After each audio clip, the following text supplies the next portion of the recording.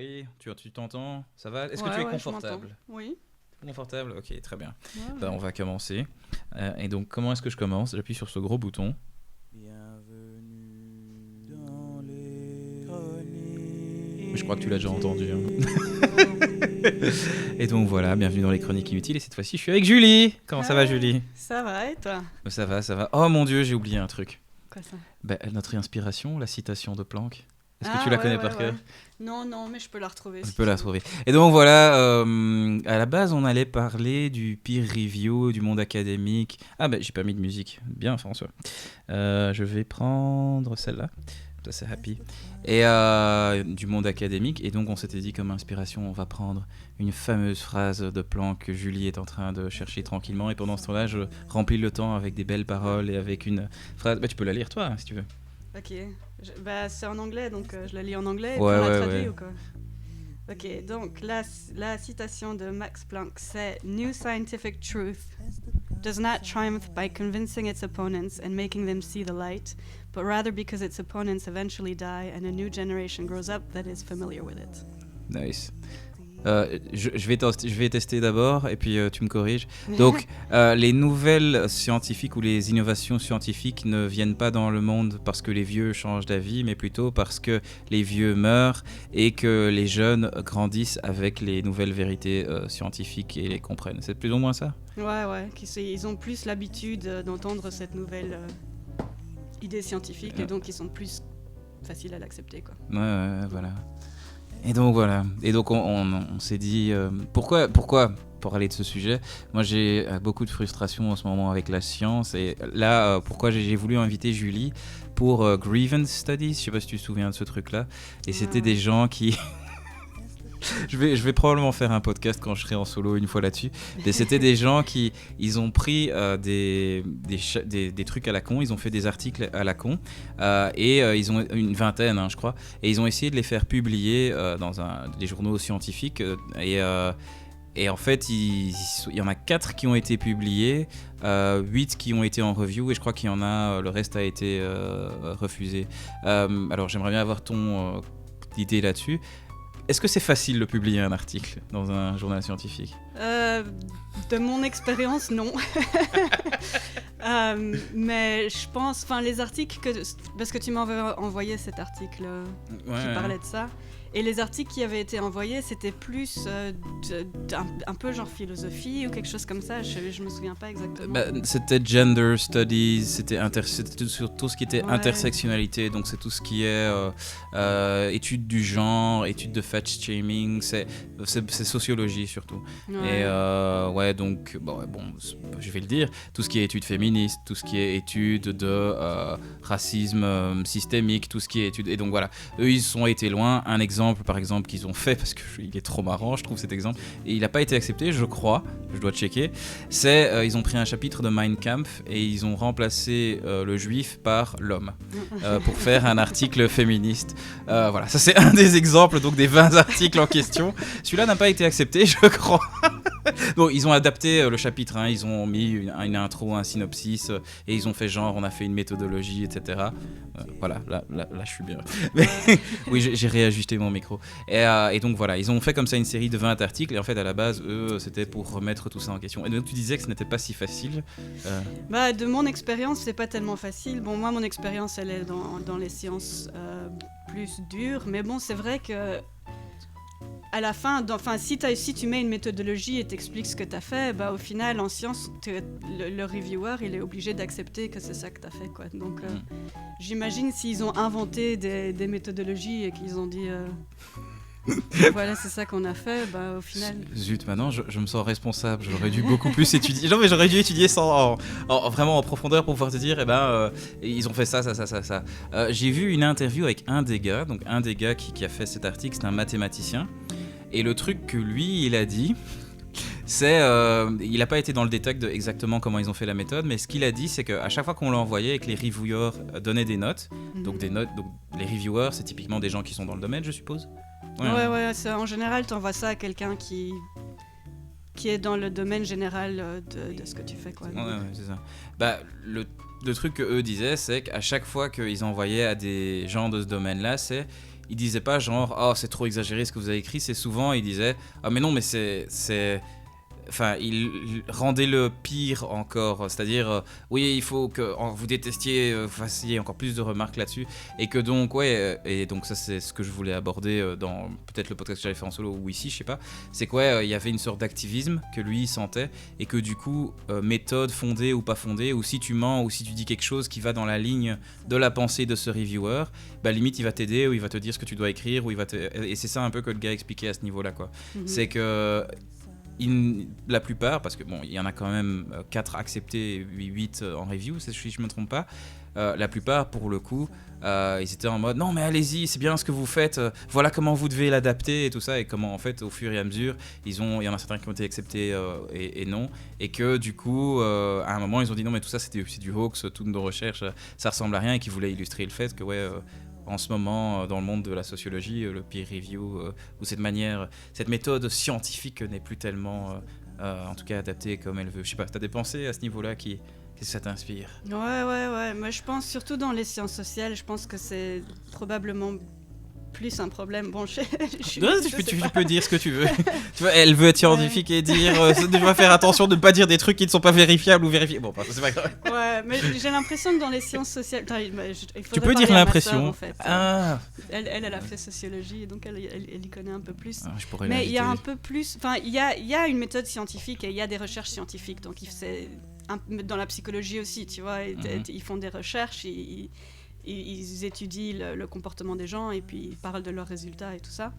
Mais il y a aussi un peu plus de place pour ton opinion personnelle. Tu vois. Et c'est vrai que quand il y a des courants de pensée qui changent, et bon, peut-être que le féminisme, c'est un qui est gros maintenant aussi. Bon, il n'y a pas que, il y en a d'autres. Enfin, oui. Enfin, pardon. Ouais, mais c'est un truc genre, il y a peut-être 50 ans, ces articles-là n'auraient jamais été acceptés. Clairement. Genre, même, ils auraient même pas été envoyés à des reviewers, quoi. Ils auraient été jetés direct. C'est genre de quoi tu parles, c'est intéressant, ouais. Donc, c'est clair qu'il y a des courants de pensée et que, à mon avis, c'est plus facile de faire accepter un article qui rentre dans ce courant de pensée qui actuel, quoi. Et ça, c'est même vrai dans les sciences dures où... même dans mon domaine en volcanologie, il y a des trucs qui sont sexy, quoi. Il y a des idées qui sont cool, et donc maintenant c'est genre les études en 3D, les drones, on aime bien ça, tu vois. Et donc si tu fais quelque chose là-dedans, t'auras plus facile à le faire accepter aussi, plutôt que quelque chose attends. géologie à l'ancienne. J'aimerais bien creuser ça. Donc typiquement, si moi je me ramène, je suis vulcanologue François, et j'ai envie de faire une méthode traditionnelle de recherche vulcanologique ou je sais pas quoi, le reviewer du coup il va trouver ça moins sexy, ou il va dire non c'est de la merde ton truc, alors que si j'utilise un drone pour faire ça, il va être en mode ouais ça c'est cool, ça il faut que ça vienne dans un article, ou j'ai pas bien compris ce que tu m'as dit. C'est pas tellement ça. Si tu fais ta manière traditionnelle, ça va être accepté, ça va être et tu vas pouvoir le publier, mais pas spécialement dans les journaux où ils publient la dernière nouveauté dans les sciences, quoi, tu vois. Et donc non, tu vas pouvoir le faire accepter, tu vas pouvoir le publier, mais c'est moins stylé, c'est moins cool, ça stimule moins l'imaginaire, tu vois, de tes reviewers qui se disent on a des nouvelles technologies 3D qui montrent exactement la même chose qu'on savait déjà, mais c'est montré en 3D, tu vois. C'est vrai que tout est meilleur en 3D. Moi, je faisais du 3D aussi, donc je me fous de ma propre gueule aussi. Pardon, question, si tu as envie d'en parler, bien sûr. Tu en as fait pendant combien de temps ? Et tu dis tu faisais, donc tu as complètement arrêté, ou c'est quelque chose, tu fais une pause Juste un peu de contexte. Je faisais de la volcanologie jusqu'à il y a avril de l'année passée. En avril, j'ai quitté mon job. Enfin, c'était la fin de mon contrat. Et j'ai décidé de ne pas continuer dans la science, de pas continuer dans l'académia en tout cas. De chercher autre chose. Donc là, je suis sans emploi. Donc si quelqu'un a un emploi pour elle... Attends, c'est quoi tes expertises ? Tu sais faire de la maths, je suppose, de la chimie ? C'est quoi quels sont tes skills, hard skills ? Genre géologie, dynamique des fluides. Je ne sais pas ce que ça veut dire. C'est genre comment les fluides coulent. Waouh, oui. Donc typiquement, par exemple, si donc j'ai une tasse de thé ici à côté de moi. Supposons j'incline la table un peu et que je fais tomber l'eau dedans. Comment est-ce que toi tu sais prédire comment le fluide va couler? Ouais. Enfin, donc moi je faisais surtout de l'expérimental, donc je faisais des expériences en laboratoire. Et j'étudiais moins le thé, plus des trucs plus visqueux, Ouais. donc des sirops. Ouais. Ah ouais, donc peut-être quelque chose en Du miel. industriel, alors genre de l'industrie de la bouffe, si ça chocolat. t'intéresse. Du chocolat par exemple. Alors si on le fait comme ça, ce chocolat sur la dame blanche va tomber de manière tellement sexy, tous vos clients vont l'adorer. Ouais, franchement, au niveau marketing. Donc ouais, qu'est-ce qui pourrait encore marcher là-dedans? Il y a un truc que t'as pas dit non plus. Elle gère des équipes. Ouais, des toutes petites équipes, ouais. J'avais des étudiants qui faisaient de la Dis juste recherche tu pour gères moi. des équipes. Ouais. Donc voilà, elle gérait des étudiants qui faisaient des recherches pour elle, engagés là. Non mais garde le Ouais, sexy. gestion de projet, hein. J'ai Gestion fait de des projet. projets jusqu'à 4 ans. Ah ouais. Bah, tu peux le dire, gestion de projet. Donc voilà, elle fait de la gestion de projet. Elle gère vos équipes. Elle fait la viscosité, plutôt visqueux, et la dynamique des liquides. Qu'est-ce qu'il y a Ouais. encore comme hard skill? Les J'en oublie. interactions entre les bulles et les cristaux. Les interactions entre les bulles. Ouais. Waouh.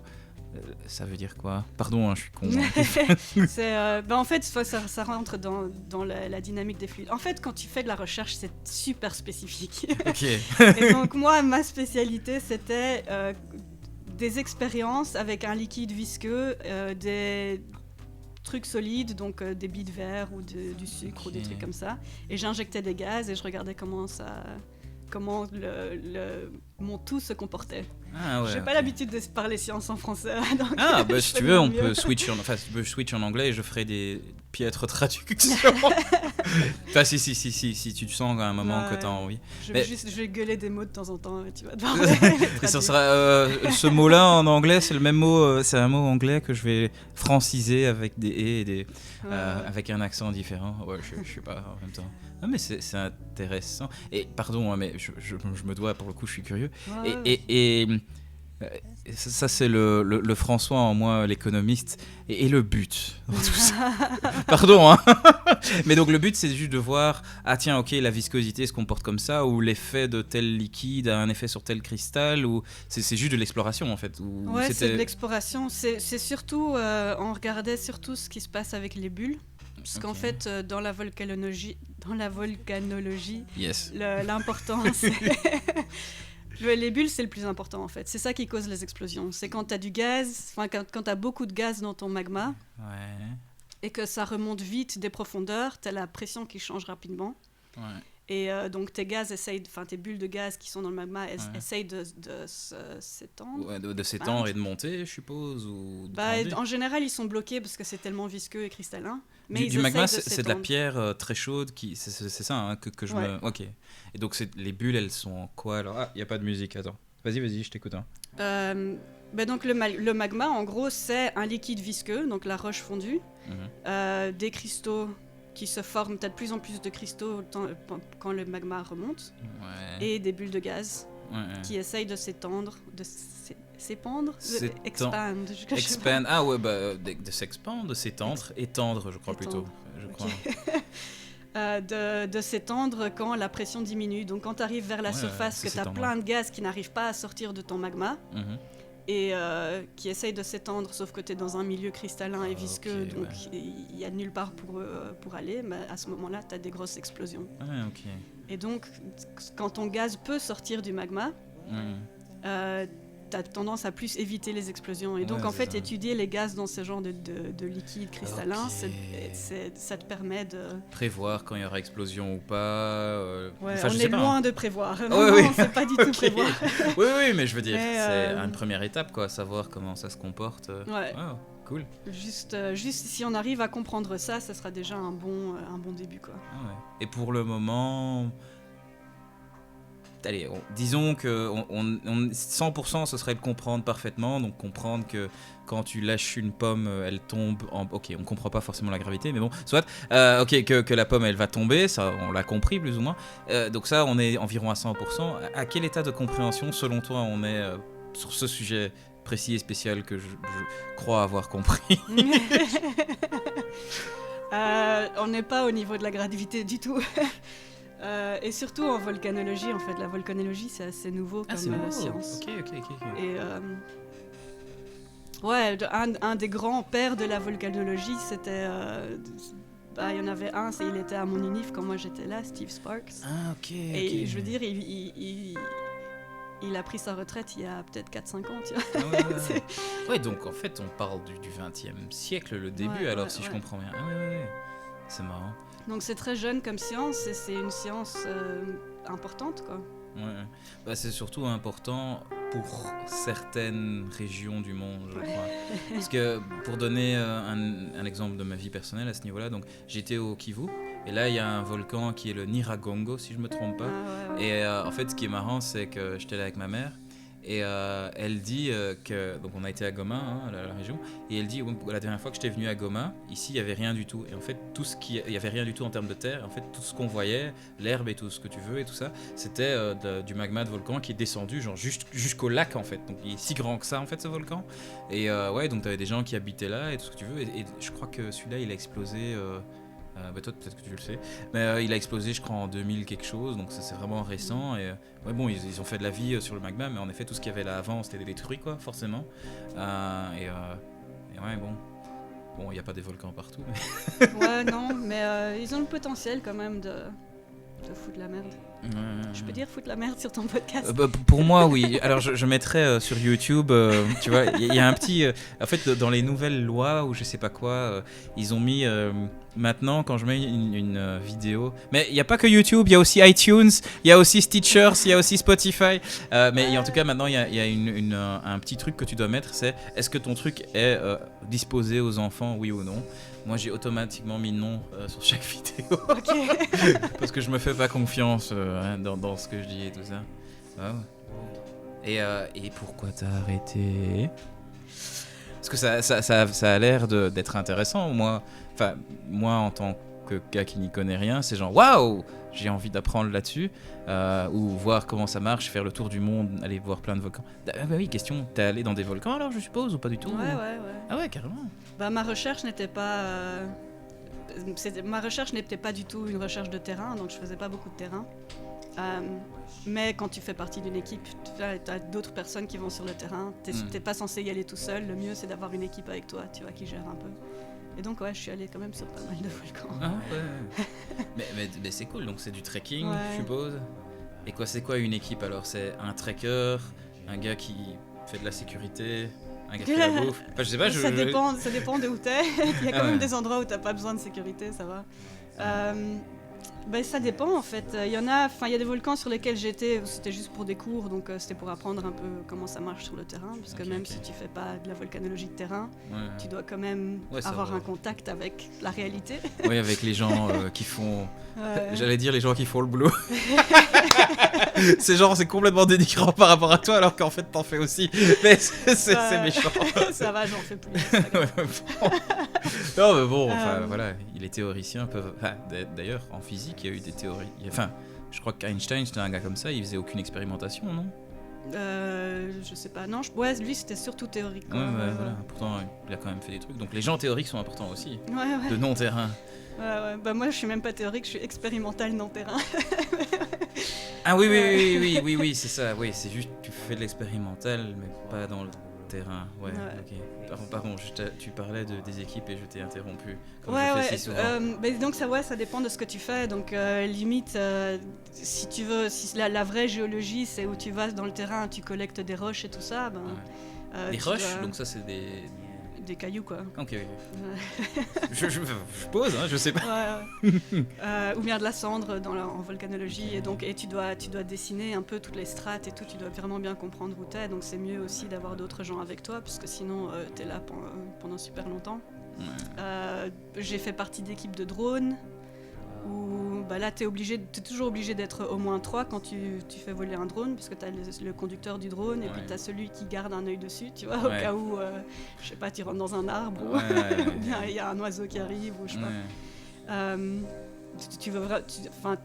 Tu peux jamais perdre ton drone de vue, parce que sinon tu peux avoir des accidents. Et puis t'as une autre personne avec la radio.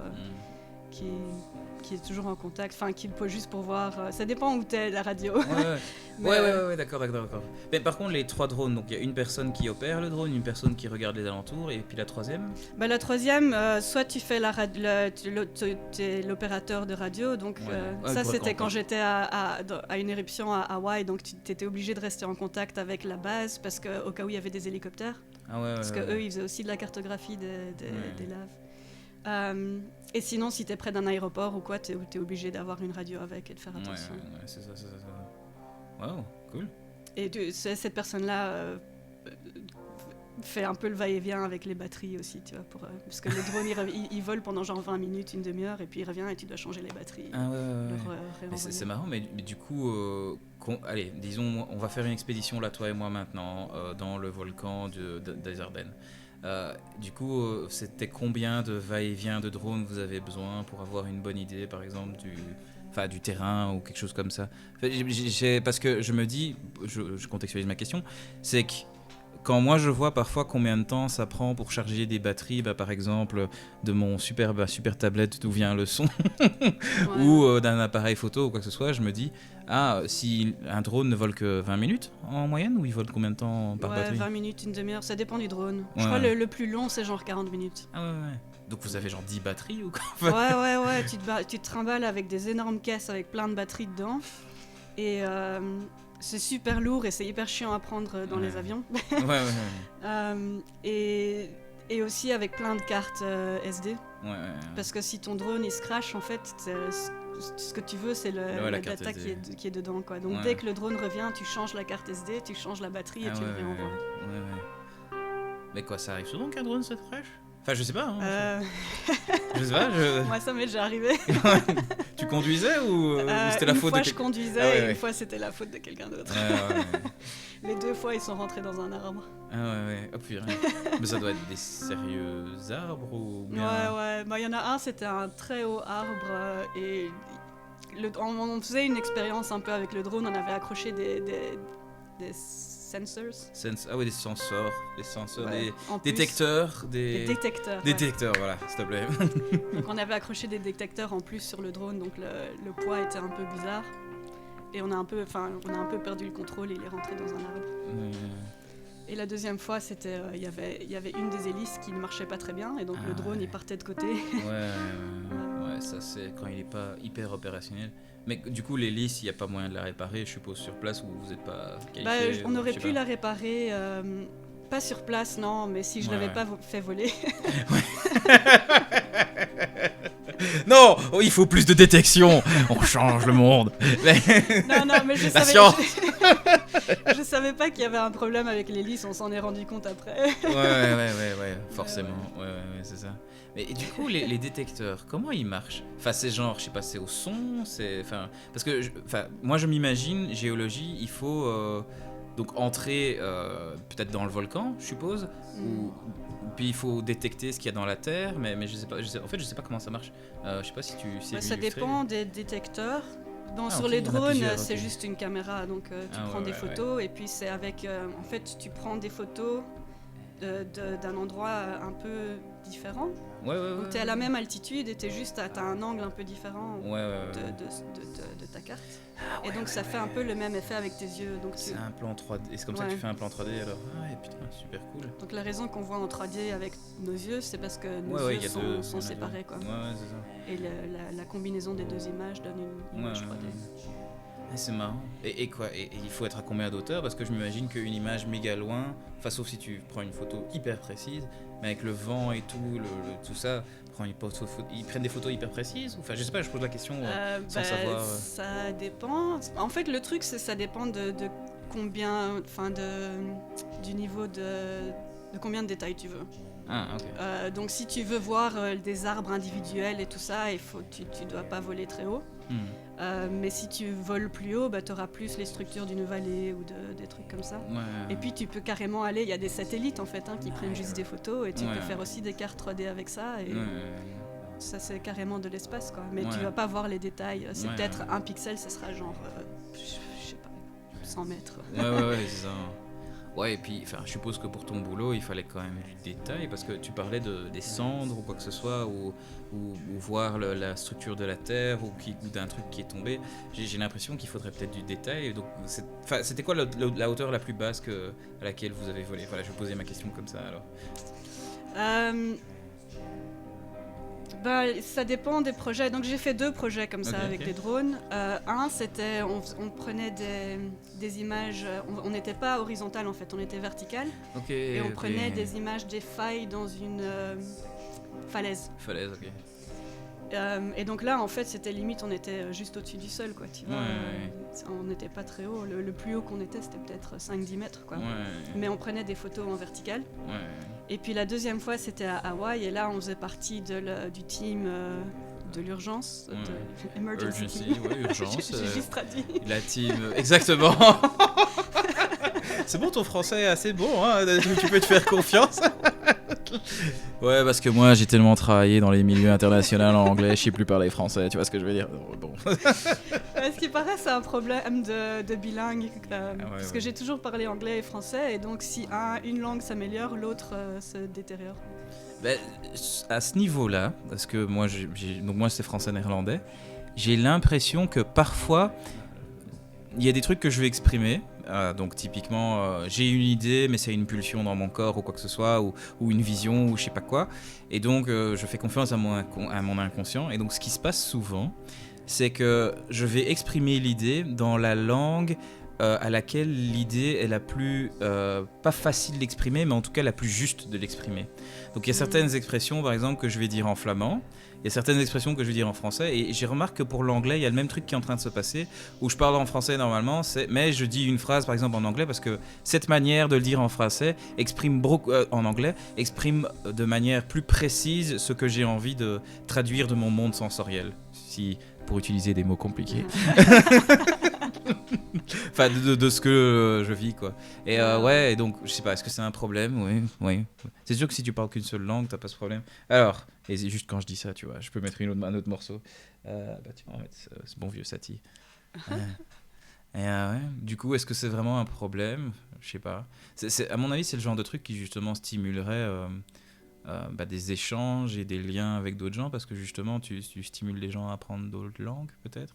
Parce que pour le coup, c'est ce que moi je fais tout de suite après, quoi. Genre, j'explique, ok, ce mot ça veut dire ça, et il n'y a pas vraiment, ou je trouve pas l'équivalent dans la langue. Enfin, ouais. C'est l'histoire du détail, quoi. Enfin, bon. Mais moi j'ai remarqué que maintenant, quand je parle français, les gens ont tendance à terminer mes phrases.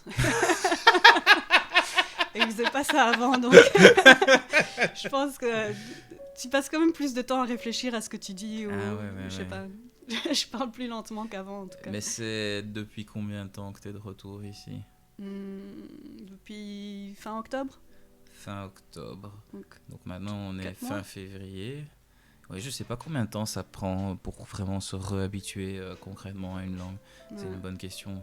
Linguiste, ramenez-vous, venez en parler. Sur un prochain podcast. Ouais. Mais j'en ai fait un sur le langage. Je sais pas si tu as vu le film Arrival. Non. En fait, film très intéressant, science-fiction, écrit par une femme. Ouais, vive les femmes. Je suis féministe. L'héroïne du film, c'est aussi une femme. Ouais, vive les femmes, on veut strong woman. Et justement, ce n'est pas une femme forte, c'est pas comme les autres clichés. Et en fait, le délire, c'est un peu comme Contact. Je sais pas si tu as vu celui-là. Bon, c'est en gros, les aliens arrivent sur Terre et on invite des scientifiques et une linguiste pour aller communiquer avec les aliens. Et donc on suit cette histoire de les aliens arrivent sur Terre du point de vue de la linguiste. Et en fait, ce qui est très marrant, c'est que c'est très à l'américaine, c'est-à-dire que chaque personnage est très archétypal. Donc t'as le gars de l'armée qui est très guerrier, qui est en mode blablabla. T'as l'espion qui est en mode le gars de la CIA qui est en mode il est toujours en train de magouiller et tout ça. Mais là où j'ai beaucoup aimé, c'est que ils sont déjà croyables, et en fait il y a toute, j'ai envie de dire, le thème central de ce film science-fiction, les aliens arrivent, c'est chaque langue a sa propre manière de penser. Et donc une des phrases par lesquelles le film commence, c'est va demander donc c'est comme ça qu'elle prouve qu'elle est la meilleure linguiste, c'est va demander à ce linguiste là ce que veut dire exactement le mot guerre en hindi, je crois, ou en sanskrit, tu vois. Mm. Et donc la conclusion, c'est un truc du style, le mot guerre en sanskrit, c'est une volonté d'avoir plus de vaches, tu vois. Alors que pour eux, la vache c'est sacré, et donc vouloir une vache c'est pas bien, et donc et donc il faut aller en guerre avec cette personne qui veut plus. Donc tu vois, donc c'est une manière de penser en fait. Le mot, c'est juste ça, mais il y a la manière de penser derrière qui du coup représente un concept. Et donc tout le film, ça parle de le langage comme manière de penser, comme manière d'appréhender le monde. Et donc, si tu dois communiquer avec des aliens et que tu apprends leur langue, quel est l'effet sur ta manière de penser? Je dis pas plus, comme ça tu pourras le regarder et être là, oh waouh, c'est très high concept sci-fi, ça me fait penser à plein de trucs. J'avoue, ça a l'air cool. Ah ouais, j'ai fait un podcast là-dessus, mais donc avant de l'écouter, regarde le film, c'est beaucoup plus cool. Par contre, celui-là, tu devrais l'écouter sur YouTube parce que c'est dans les archives et malheureusement, je ne mets que les nouveaux épisodes sur Stitcher et Spotify et tout ça. Bah, peut-être un de ces quatre ouais. cuisinants, quoi. Regarde plutôt le film qu'écouter. Je sais plus avec qui je l'ai fait celui-là. Je crois que c'est avec Ulysse et Elias, qui sont deux petits fous que j'aime bien, pour qui j'ai beaucoup d'affection. Et donc Elias devait venir, mais bon, il vient demain. Donc voilà. C'est un saxophoniste. Ah, ok. Ouais. Vous pouvez jouer ensemble alors? Ouais. Bah, on a joué, je crois, quelques fois ensemble. D'ailleurs, on joue ensemble le 10 mars. Le 10 mars, on joue avec Bacanaï au théâtre Le Poème. Je serai au saxophone ténor. Et lui, il sera probablement à l'alto, je crois. Donc voilà. Et donc, ouais. Juste vous deux ou avec d'autres personnes? En fait, c'est une fanfare free jazz. Ok. Donc, c'est sous la direction de Laurent Blondiot. Et c'est avant et on joue la première partie du concert du Mac Quintet. Et ouais, c'est sympa, c'est assez cool. C'est en fait, pourquoi je suis dans ce projet, c'est que c'est assez révolutionnaire dans le sens où ce qu'il fait, c'est il a composé des lignes, des lignes musicales assez courtes, et en utilisant des symboles avec ses mains, quoi. Hein, donc des trucs genre, là je bouge mes mains bizarrement. Il nous dit j'ai envie que toi tu joues tel truc, j'ai envie que toi tu improvises, j'ai envie que cette section-ci joue moins fort, j'ai envie et donc en fait il crée le morceau en live. Donc c'est comme de l'orchestration, sauf qu'on n'a pas une partition fixe qui se déroule comme ça, quoi. Mais on a plusieurs parties et il peut choisir, tiens, ça d'abord. C'est assez similaire à du DJing, mais avec des instruments, j'ai l'impression. Donc ouais, c'est assez intéressant comme projet. Je sais pas si c'est intéressant à écouter, mais en tout cas à participer, c'est très intéressant. Donc, voilà. Bon, on pourra te dire ça le 10 mars. C'est ça, le 10 mars, on pourra venir. Venez tous. Ouais. Voilà. Au fait, est-ce que tu as eu cette espèce de choc culturel de revenir? Qu'est-ce que ça t'a fait de revenir? Je vais le demander comme ça. Ouais, enfin, je suis revenue plusieurs fois. Ah, ok. Dans le temps. Cette fois-ci, j'ai pas tellement eu un choc culturel parce que je m'y attendais un peu à l'avoir. Je pense que celui que j'ai eu, c'est quand je suis revenue pour la première fois. D'où ça, hein? Après avoir vécu plusieurs années en Angleterre. Ah ouais, ok. Et puis je suis revenue en Belgique. Mm-hmm. Et ça faisait longtemps que j'étais pas revenue, parce que j'étais pas loin, donc souvent je revenais pour voir la famille, ou je revenais à Noël, ou des trucs comme ça. Mais cette fois-là, ça faisait longtemps que j'étais pas revenue. Et j'avais oublié tous les trucs qui sont pas tellement cool de la Belgique. Ok, vas-y, drop. Numéro 1. Non, je vais pas non plus tracher la Belgique. Mais... Bah non, bah tu peux. Mais ça m'a donné un mais comme ça, la Belgique peut apprendre et s'améliorer, tu vois. Si tu donnes des conseils à la Belgique, tu la traches pas. Ouais, ok, je vais essayer un peu. Bah non, mais moi, je trouve ça très intéressant. Ça m'a donné un concept intéressant de la nostalgie, en fait, et des gens qui pensent au passé et qui se disent c'était tellement mieux dans le temps, tu vois. Ouais. Parce que moi, à force, j'étais tout le temps là, ouais, mais c'est tellement mieux en Belgique, il y a ça, en Belgique, il y a ça. Puis il y avait tous les côtés anglais que j'aimais pas qui ressortaient à fond. Et puis je suis revenue ici et le premier jour, c'était genre, ouais, non, en fait, il y a plein de trucs qui craignent ici aussi. Ouais. Mais je les avais oubliés, je sais pas pourquoi. Je crois que ça, c'est un truc du cerveau qui fait que à force, tu retiens que les belles choses. Ouais. C'est un truc automatique de l'inconscient et que t'enlèves les mauvaises... Alors ensuite, t'as les gens qui sont pathologiquement touchés, qui du coup... Enfin, est-ce que c'est pathologique? Je ne sais pas. Mais qui se rappellent que les mauvaises choses, tu vois. Je crois que c'est une question de philosophie, peut-être. Tu vois, les optimistes qui retiennent les belles choses, les pessimistes qui retiennent les mauvaises. Pourquoi j'ai utilisé le mot pathologique? Je sais pas. C'est peut-être parce que je suis moi-même optimiste et que pour le coup, j'efface les mauvaises choses.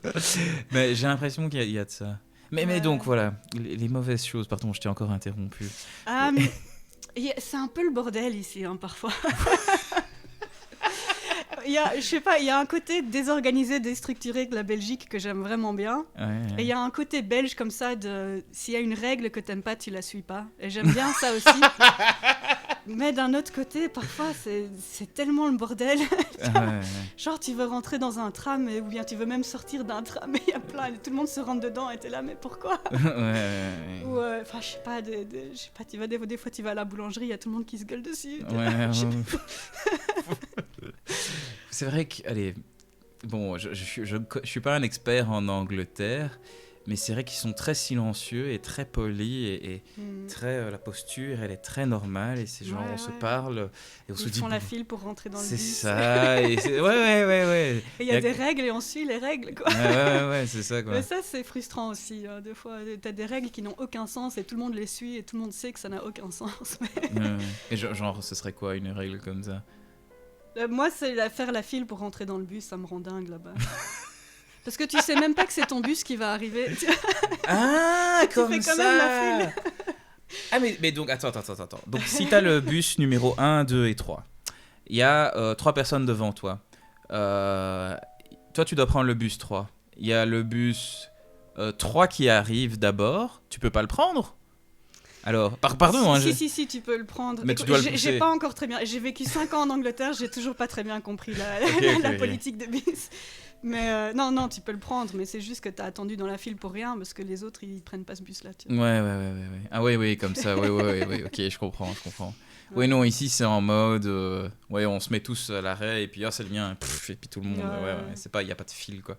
Ouais, mais on parle des bus, mais ça fait aussi partie d'une philosophie plus globale de comment ça marche ici. Et il y a aussi un autre truc de la Belgique qui est un peu frustrant, c'est il y a un peu un laxisme comme ça. Genre, il y a des trucs qu'on n'aime pas et personne ne les aime, mais personne ne fait rien parce qu'on n'a pas envie de se bouger. Est-ce que tu peux me concrétiser tout ça avec un exemple concret?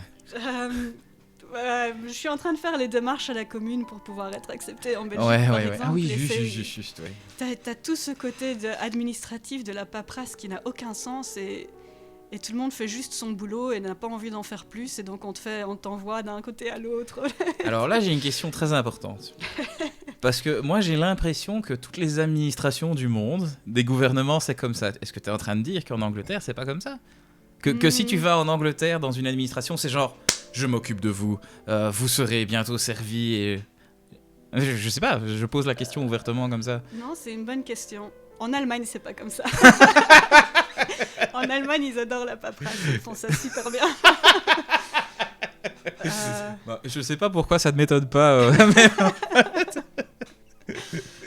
Bon, ça, on rentre un peu dans les stéréotypes. Ouais, un peu. Mais les Allemands, on peut.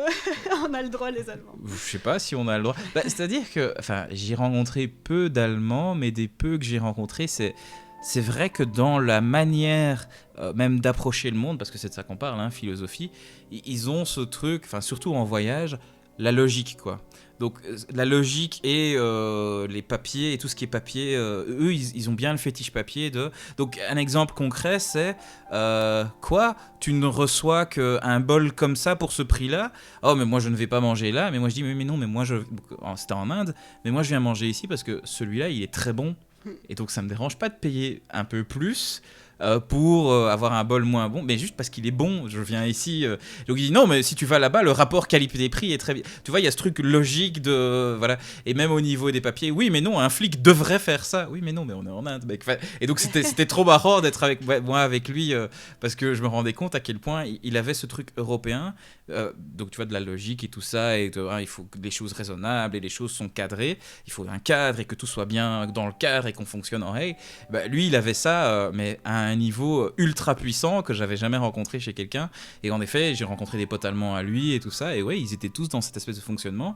Et je crois que via ce gars-là, je l'ai enfin vu en fait.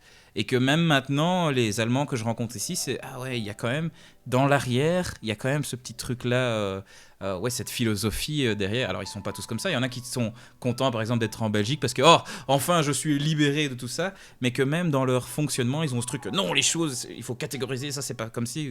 Tu vois, c'est très. Ouais, c'est la culture, je suppose. C'est ce qu'on appellerait la culture. T'as déjà été en Inde? Est-ce que tu te plains du laxisme? Non, j'ai jamais été en Inde. Ouais, je me plains pas, il y a un côté sympa aussi du laxisme belge. Mais... Donc si vous entendez, accepter sa demande, elle est cool, Julie. Voilà.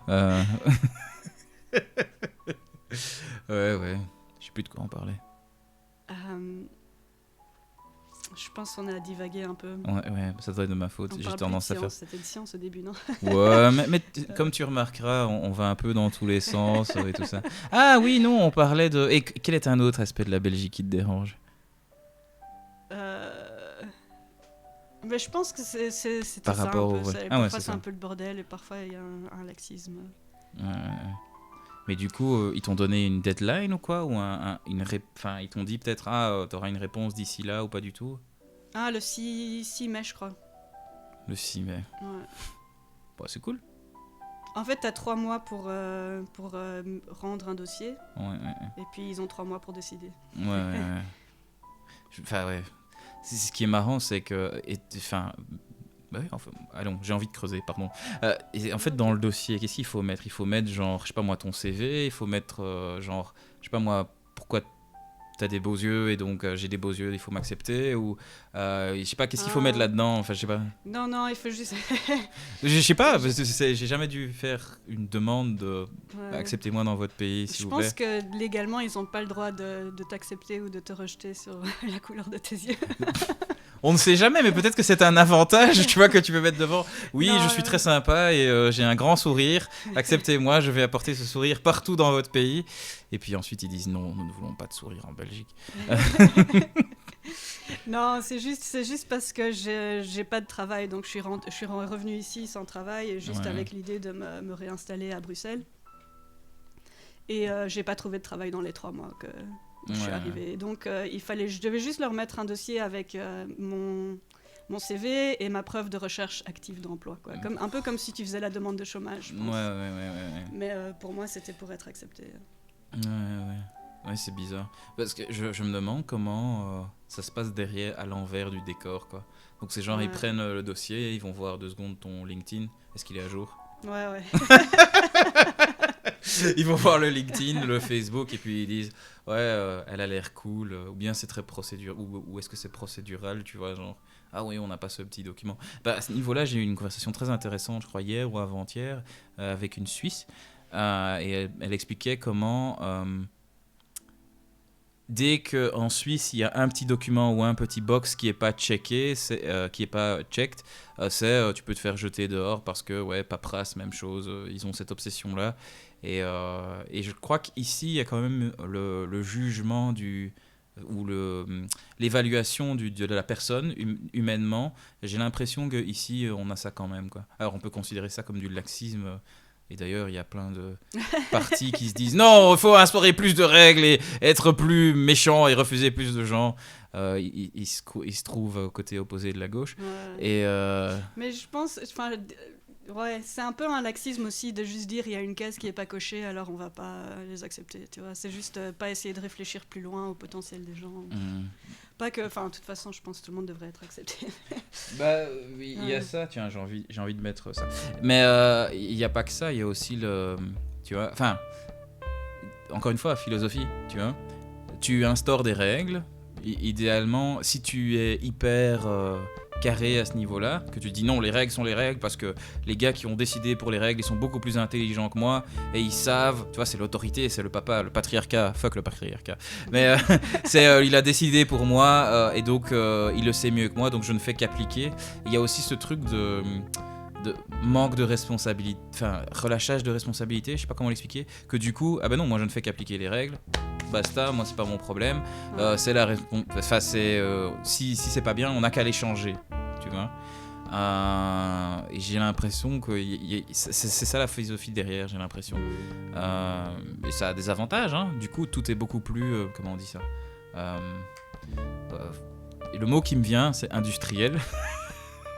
Mais voilà, optimal, optimisé. Tu vois ce que je veux dire, quoi. À la chaîne, tu vois. C'est genre, c'est ça, tout se passe de manière automatique. Et en effet, je veux dire, parce qu'il y a peut-être ce laxisme, ou en tout cas l'individu rentre dedans, j'ai l'impression qu'on n'est pas aussi productif en termes d'administration ici. J'ai l'impression que c'est ça. Mais je me trompe peut-être. S'il y a des gens qui veulent venir parler de ça, vous venez. Hein. Donc, ouais. Je crois que quand moi je suis revenu de l'Inde, le truc qui m'a vraiment marqué, c'est que les gens évitent le regard dans les yeux et évitent de se regarder, évitent de se dire bonjour, quoi. C'est genre, on est là, on se voit, tu vois, et ouais, on pourrait se dire bonjour, juste un sourire, tu vois, non, on évite le regard, tout là, tu vois. Ici à Bruxelles. Ici en Belgique, là où je venais donc de 6 mois de voyage, où c'est en mode, tu te vois, tu te fais même un petit bonjour de la tête, comme ça, sans dire de mots, hein. Ouais, c'est l'individualisme, Marrant, je sais pour moi pas. c'était l'inverse. Ah, Ouais, parce qu'en Angleterre, personne ne se regarde dans la rue, c'est un peu impoli. ah ouais. Et même des fois, on te dit pas bonjour si on te connaît pas bien, tu vois. Parce Ah que ouais, c'est aussi, je sais pas, il y a ce côté un peu mal à l'aise. Ah ouais. Et je suis revenue ici et ouais, les gens se regardaient dans la rue et tout. Ah.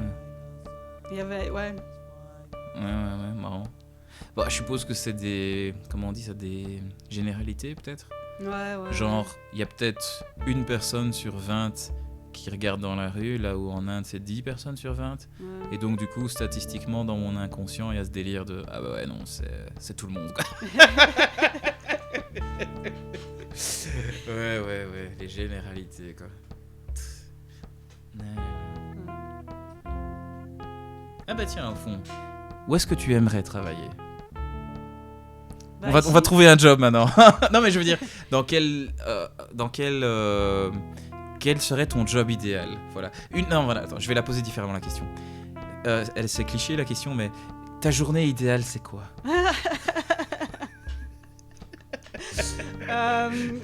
En fait, je suis en train de passer une interview d'entretien d'embauche. Ah ouais. Bah tu peux le lire. Donc tu veux pas le dire ouvertement ou c'est... Non, Non mais je sais pas. dire genre maintenant, j'ai l'impression que c'est un peu Ah un ouais. entretien d'embauche. Je t'embauche bientôt pour les chroniques inutiles. Non mais en fait j'aimerais faire ressortir ta personnalité pour que quelqu'un qui écoute se dise mon Dieu elle est géniale, j'ai envie de l'engager, oh mon Dieu mais j'ai cette boîte, j'ai ce truc, j'ai ce qu'il lui faut, Julie elle doit venir chez moi. Mais ouais, bon. Ok, ouais, je vais mettre le lien à ce C'est podcast sur mon LinkedIn. Quoi. C'est ça. Je sais pas si c'est une bonne idée. Ouais, je pense, j'aimerais bien faire quand même quelque chose qui a de la science dedans, quoi. Je veux dire, j'aime bien la science et j'aime bien la volcanologie et j'aime bien ce que je faisais, mais c'était juste la raison pour laquelle je suis partie, c'est parce que où j'ai décidé d'arrêter, c'est parce que ça me demandait trop de sacrifices au final. Et je me suis rendu compte à un moment, je peux pas sacrifier ma vie pour faire de la recherche en volcanologie. Ouais. Je préfère avoir des hobbies, avoir des potes, rester dans un endroit pendant plus de 2 ans. Tiens. Ouais. Et ça, je comprends très bien. Ouais. Ouais, je suis pas quelqu'un qui peut ne pas avoir d'attache et juste voyager tout le temps et se faire des nouveaux amis tout le temps. Je peux pas. Ouais, tu veux un QG quoi. Un quartier général pour ainsi dire où tu reviens et t'as les gens que tu connais et puis voilà quoi. Ouais. Je crois que c'est naturel. Enfin, je me trompe peut-être. Il y a probablement des gens qui ne sont pas comme ça. Juste pour me prouver juste pour prouver que j'ai tort. Bande d'enfoirés. Et sinon, en fait, le job que j'aimerais vraiment bien avoir, je sais qu'il existe aux États-Unis, mais je pense pas que c'est vraiment un truc ici. Ça. Mais c'est être un manager de projet, project management, gestion de projet. Ça existe blindé ici. Dans la la gestion J'en de projet. connais plein.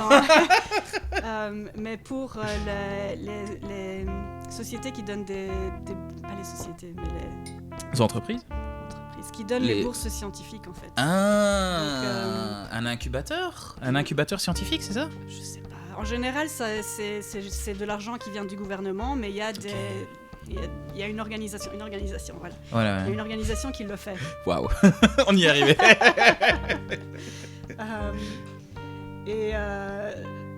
Donc par exemple aux États-Unis, il y a la NASA et il y a la NSF qui font ça. Ouais. Et donc ils ont quelqu'un qui est le project management pour ça.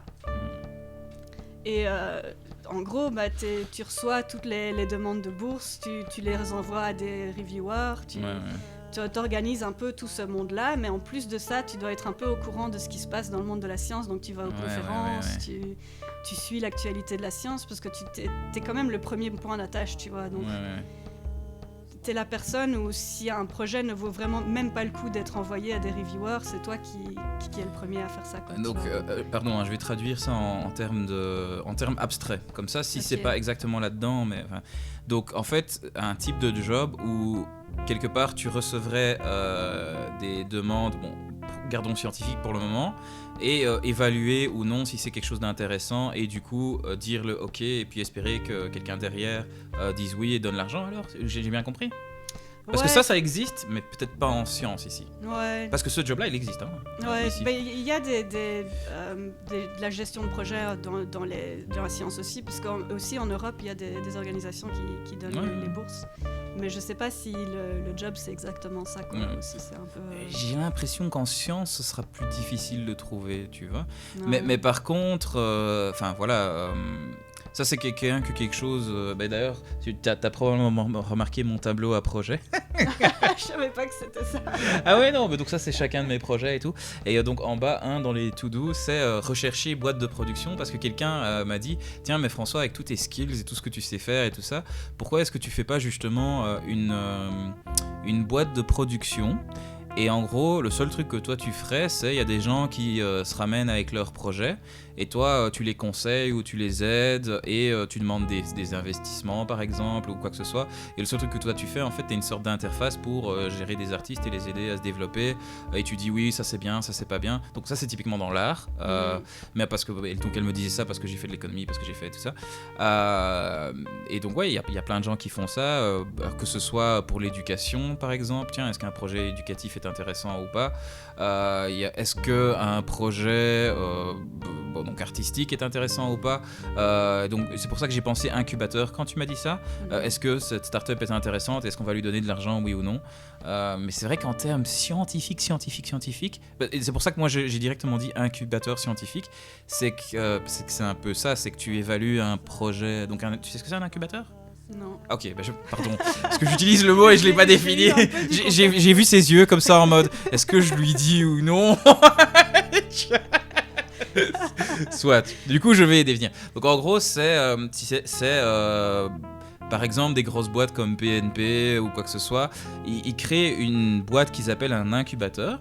Et en fait, qu'est-ce que c'est un incubateur ? C'est une boîte ou un endroit où des gens se ramènent et ils proposent leurs projets, et sur base de l'évaluation des gens qui sont dedans, qui sont payés par BNP, ils vont mettre de l'argent dans ce projet ou guider la personne. Ils vont en fait donner des ressources que la personne a besoin. Donc si par exemple elle a l'argent mais elle n'a pas les données commerciales, ils vont par exemple l'aider à développer le plan commercial. Ils ont le plan commercial mais ils n'ont pas l'argent, on va trouver les fonds. Et donc en fait c'est une sorte de...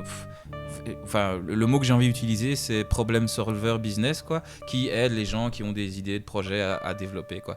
Et donc typiquement le paiement, c'est quoi ? C'est ok, on fait ton truc, on le finance, mais on veut 10% d'actions de ta boîte, par exemple. Et donc, il y a aussi des incubateurs qui sont, par exemple, comme Job Yourself que j'ai fait, qui sont financés par l'État belge, par exemple. Mais donc, Job Yourself, c'est complètement différent parce que qu'est-ce que ça fait ? C'est pour supporter ton business en tant qu'indépendant, tu vois. Et donc, oui, ça, il y en a plein, en fait. C'est tout ce que je veux dire. Mais aux sciences, je sais pas. Ouais. Tu vois. Et donc, c'était clair, l'incubateur ? Ouais. Ok, ça va.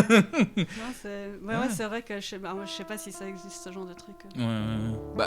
Je me dis que pour la science, ouais. Donc il faudrait chercher, à mon avis, à l'UNIF.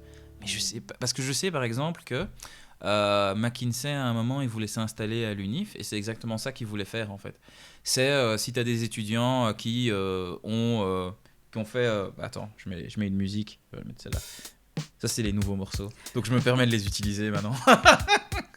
Mais donc, j'en étais où ? McKinsey. Et donc, de ce que j'avais compris, ce qu'eux, ils voulaient faire, c'était carrément installer un truc à l'ULB pour que des élèves qui font, par exemple, des recherches innovantes dans X, Y ou Z, ils puissent être en contact avec une boîte et que, par exemple, en faire un produit ou quelque chose comme ça, ou comment est-ce qu'on pourrait... pour qu'il y ait un lien un peu plus étroit là-dedans. Mais je sais pas si ça s'est fait, parce qu'il y a quand même eu beaucoup de réactions en mode non, on ne veut pas que de business s'installe dans le lieu sacré qui est l'éducation et la connaissance.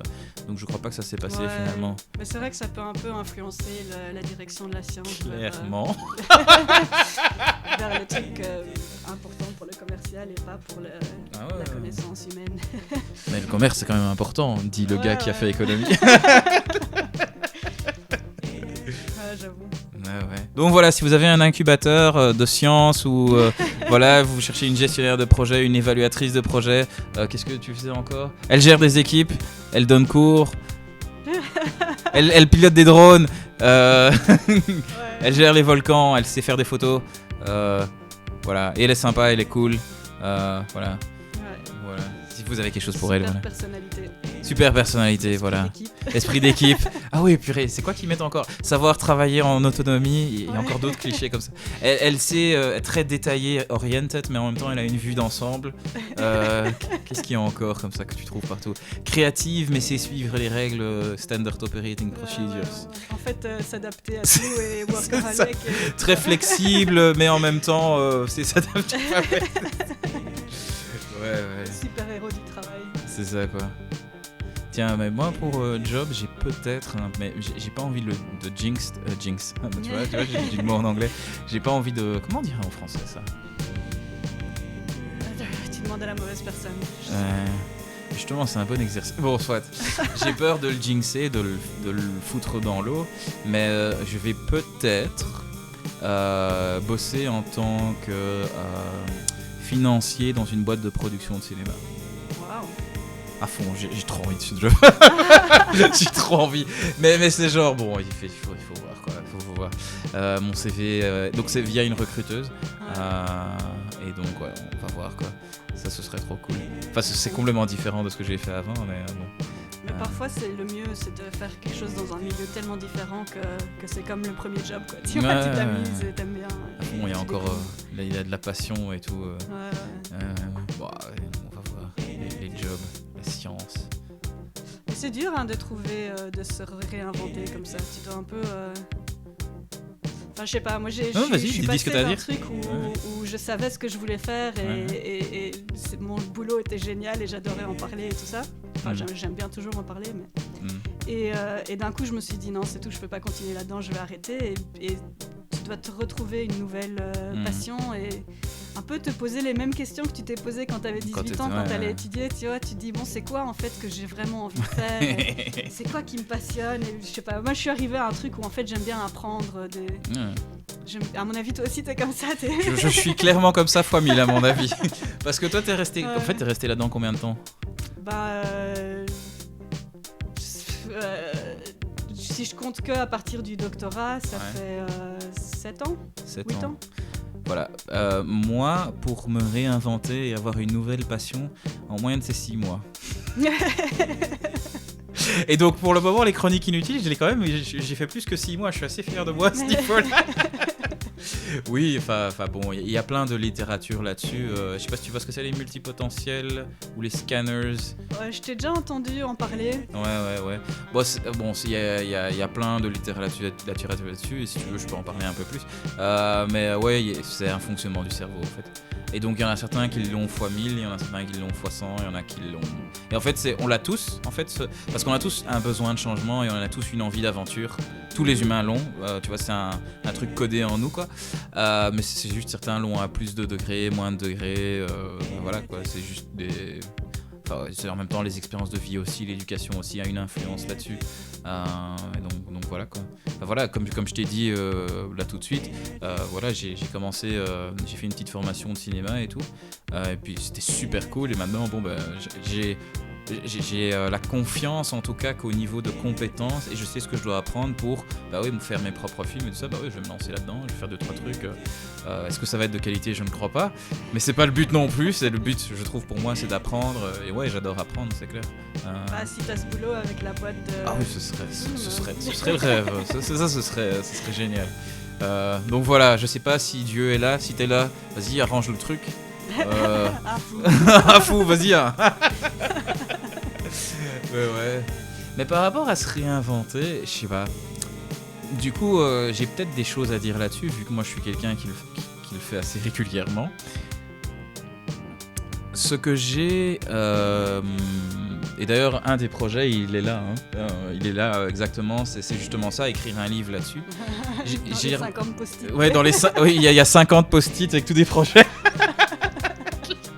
Mais ça va, il y a des projets qui sont simples, genre faire un saut en parachute. Bon, une fois que je l'ai fait et ça demande pas tellement d'investissement. Il y en a d'autres, ça demande un peu plus, dont celui-là. C'est que j'ai l'impression que il y a plusieurs skills, compétences à développer pour se réinventer facilement. Et un de ceux-là, c'est apprendre vite, apprendre le langage, tu vois. Si par exemple, tu as envie d'aller... vas-y, dis-moi une passion que tu as peut-être envie de développer. Ah, mais tu sais pas du tout. Bah ouais, j'aimerais bien apprendre une langue de plus d'ailleurs. Une langue de plus. Apprendre une langue. Bah c'est genre... Je commence des cours de néerlandais bientôt. Des cours de néerlandais. c'est là que tu as choisi Ouais, parce que je connais déjà un peu, alors autant améliorer ça. C'est ça. Bah c'est genre... c'est les bonnes routines de pratique pour être sûr qu'on se développe de la manière la plus efficace. Et donc c'est traîner avec des gens qui sont plus expérimentés que toi et qui du coup vont te dire ah mais non fais pas ça c'est des erreurs de débutant, tu vas perdre ton temps là-dedans, fais ça. Et en même temps savoir rechercher l'apprentissage en investissant le moins type d'argent et tout ça. Je sais que moi je fonctionne très vite comme ça. Dès que j'ai envie d'apprendre un nouveau truc, c'est ok, quelles sont les choses fondamentales que je dois apprendre pour être compétent là-dedans? Comment est-ce que je vais les apprendre en investissant le moins d'argent possible? Et est-ce que YouTube est le meilleur moyen, par exemple? Parce que parfois tu peux apprendre des trucs rien qu'en étant derrière ton ordi et en le faisant, quoi. Est-ce que je dois être avec d'autres gens? Est-ce que c'est quelque chose que je peux faire en solitaire ou est-ce que je dois être avec d'autres gens? Typiquement, apprendre une langue, c'est avec d'autres gens. Donc, quel est le moyen, avec le moins d'efforts, où je peux aller traîner là-dedans? Enfin voilà, c'est tout... Et donc ton but, c'est plutôt d'apprendre rapidement plutôt que de t'amuser en apprenant, ou bien? Ah mais je m'amuse moi en apprenant. Enfin, en tout cas, moi je ne vais que apprendre des choses qui m'amusent. Donc d'une certaine façon, disons moi mon but, et encore une fois il y a plein de... Est-ce que c'est but? Parce que but il y a un mot, c'est un mot logique, tu vois. Là où j'ai l'impression que c'est presque de l'inconscient pour moi, c'est genre dès que j'ai appris quelque chose, j'ai tendance à remarquer, dès que je suis compétent dans quelque chose, ça m'intéresse plus en fait. C'est genre au niveau du cœur, il y a ce truc de... C'est chiant, c'est toujours la même chose, j'ai compris ce truc. C'est comme si le puzzle, je l'ai fait, tu vois, j'ai craqué le code, j'ai fait le puzzle, c'est bon, il me faut un nouveau puzzle maintenant. C'est vraiment au niveau inconscient et j'ai eu ça pour la musique. Tu vois, j'ai atteint un haut niveau de compétence. Est-ce que je suis le meilleur musicien? Non. Mais j'ai atteint un certain niveau de compétence, j'ai fait le conservatoire et tout ça. Et puis à un moment, j'étais là, ouais, c'est bon, j'ai pigé la musique et ça me parlait plus, quoi. Et donc je suis passé à l'écriture. Je suis toujours en train d'écrire, j'écris 2 manuscrits, comme je t'ai dit. Et c'est genre, et j'ai pas l'impression d'avoir craqué le code. Du coup, je suis toujours un peu passionné par ça, quoi. Et je fais des cours et tout ça en ligne. Et là, je suis passé au théâtre ensuite. Je fais de l'impro. Je suis passé ensuite. Puis je me suis dit, ah tiens, la radio, ouais, pourquoi pas de la radio? Et puis le podcast. Donc là, maintenant, le cinéma. Et donc, ouais, souvent, le moment où moi j'arrête, c'est dès que j'ai compris. Et c'est un truc inconscient, tu vois. C'est genre, je le sens au niveau de l'énergie. Genre, ouais, comme tu disais, enfin, non, toi c'était différent. Mais pour moi, c'est vraiment en mode, ouais, c'est bon, j'ai pigé ce truc. Ça m'intéresse plus. Et donc, je passe au prochain truc. Alors, ça craint pour tout ce qui est boulot. Parce que typiquement, tu te ramènes dans un boulot, souvent, on s'attend de toi que tu fasses un truc. Du coup, moi, c'est genre, je me ramène quelque part. Ah ouais, ok, c'est ça. Et puis dès que j'ai pigé le boulot, c'est genre, putain, ça va vraiment être ça pendant 5 ans. Et donc, la grande question que moi je me pose en ce moment, c'est tiens, est-ce qu'il n'y a pas des boulots pour des gens comme moi qui adorent apprendre et qui veulent, du coup. Non, je vais pas mettre celui-là. Je vais mettre. Parce que là, c'est le moment important, c'est le moment du choix de musique. Enfin, je vais mettre celui-là. Ouais, du coup, trouver un boulot où justement ce type de personnalité-là thrive en fait. Donc voilà, je fais un appel ouvert. Si vous connaissez un boulot où le gars est prêt à apprendre blindé et puis passer au prochain truc à apprendre. Et en fait, ce qui est marrant, c'est que dans un des livres que j'ai lu qui parle de ça ouvertement, qui s'appelle Refuse to Choose. Et donc l'idée, c'est de ne pas choisir un seul truc, mais de comment gérer justement ce type de personne qui aime bien apprendre et qui aime bien découvrir et l'aventure et tout ça. C'est que elle fait une catégorisation et c'est marrant parce que le conseil qu'elle donnait dans ce livre par rapport au type qui correspond le plus à qui je suis, elle disait fais les trucs que t'aimes bien. Mais ça je le fais déjà. Donc j'étais un peu déçu à ce niveau-là. C'était le Jack of all trades. Et donc le Jack of all trades dans ce livre-là, c'est la personne qui, en fait, elle vise à être compétente dans un domaine. Et donc en fait, une fois qu'elle est compétente, elle passe au prochain truc. Et en fait, typiquement, ce sont des experts problem solver. Et ce elle appelait ça most valuable players, c'est-à-dire des gens qui, tu leur jettes un ballon, ils ont forcément les compétences dans le truc que tu as besoin et ils vont probablement le régler. Donc voilà, comme ça vous avez le profil parfait qu'est François. Bon voilà. Non, ouais. Ouais, je pense que je suis comme ça aussi un petit peu, peut-être pas à ton niveau, hein, mais j'ai quand même resté dans un domaine pendant longtemps, mais justement le job d'être le project management pour les trucs de science, je pense que c'est justement un job où tu apprends tout le temps parce qu'en fait tu reçois toujours des textes nouveaux avec les derniers trucs les dernières avancées en sciences, les derniers projets auxquels on pense faire et donc mon boulot, ce ne serait pas un boulot où tu es censé tout le temps apprendre, mais le fait que je suis constamment en train de lire des nouvelles idées, des nouveaux projets, des machins comme ça veut dire que tu apprends quand même. C'est un truc sur le côté qui arrive, quoi que tu fasses, quoi, tu vois. Ça fait partie du boulot, mais c'était pas pris pour ça. Et il y a des trucs. J'avais aussi postulé pour un truc pour corriger des textes. Ton boulot, c'est pas un truc où tu dois tout le temps apprendre, mais vu que tu as toujours des textes différents et des nouvelles idées et tout ça, au final, tu finis par apprendre des nouvelles choses. Pendant que tu expliquais ça, il y a un truc qui m'est venu à l'esprit et c'est marrant que je ne l'ai pas dit tout de suite parce que ça venait clairement ça venait d'un de ses livres. C'est en fait, Einstein, il fonctionnait comme ça. Tu vois, son job au Patent Office, c'était ça en fait. Mais ça, c'est un cool job. Oh mais oui, je vais faire comme Einstein, mais ouais. Mais en fait c'était exactement ça. Donc j'ai écouté un audiobook sur sa vie et en fait c'est ça qu'il faisait. Donc c'était un job qui demandait pas trop, donc il avait de l'énergie. Et donc putain, je sais comment est-ce que j'entre. Comment est-ce que j'ai. Bon, je vais parler d'abord de tout ce qui est multipotentialite, blablabla. C'est que là-dedans, donc ça c'est une modèle de fonctionnement et donc ce modèle de fonctionnement de Einstein. Et puis je vais expliquer sa vie. C'est le modèle de c'est un job utilitaire, enfin un job alimentaire en fait. Tu fais un job qui est assez intéressant que tu vas pas te tirer une balle dans la tête, donc avec assez de challenge, mais qui te demande pas trop d'énergie, que tu ne vas pas en mourir et que tu n'aies plus d'énergie pour faire des trucs à côté. Et donc l'idée c'est un 9 to 5 ou même un 10 to 4, tu vois, mais qui est quand même assez challenging et que du coup à côté t'es passion. Et pourquoi Einstein model on dit parce que Einstein, ou elle dit plutôt, parce que Einstein c'est exactement ce qu'il faisait. Alors la différence avec Einstein, et c'est pour ça que ça m'est venu à l'esprit parce que tu parlais de ça, c'est que justement lui il était dans le Patent Office parce que justement du coup ça l'intéressait. Ah tiens, lui il demande ça, c'est cool comme innovation et tout, c'est intéressant. Et donc il était en fait constamment en relation avec la science et tout, et donc il gardait assez d'énergie pour faire ses propres recherches. Et donc c'est assez marrant, c'est que dans l'audiobook il disait Einstein il travaille vite et il travaille juste, mais que souvent en fait les gens qui passaient par son bureau de Patent Office, ils l'entendaient, tu vois, faire des exercices de pensée, parler tout haut et réfléchir, et que en fait à son boulot même il faisait il travaillait à ses propres trucs, quoi. Ça c'était avant qu'il devienne prof, ou je sais pas exactement l'ordre. Donc voilà. Ouais, mais je suis d'accord, je pense que ce genre de boulot-là, c'est un peu l'idéal. Donc voilà, si vous... c'est ça. Bon, à l'idéal, tout dépend de ton fonctionnement, je crois. Enfin, je sais pas, tu vois. Justement... Putain, je vais expliquer tout le livre. mais donc un des trucs, c'est qu'en fait, elle explique plusieurs modèles en fait de multipotentialite, donc dans un des livres. Et donc t'as de fonctionnement. Et donc t'as ceux qui aiment bien un projet mais de manière très longue, t'as ceux qui aiment bien des projets de manière courte, c'est plutôt moi. Et puis t'as ceux voilà. Et donc elle explique plusieurs modèles de vie. T'as ceux qui sont les phénix. Tu vois, ça c'est genre des gens, ils font un projet et ils font que ça, et puis après 3 ou 4 ans ou 7, Ils se disent ah j'en ai marre de ce truc et puis ils se donnent à fond dans le prochain truc et ils font que ça. Ça c'est les Phoenix. Tu as la stratégie Phoenix, tu as la stratégie Einstein que je viens d'expliquer qui est un job utilitariste qui te donne à manger, pas trop chiant et puis en même temps tu fais tes projets à côté.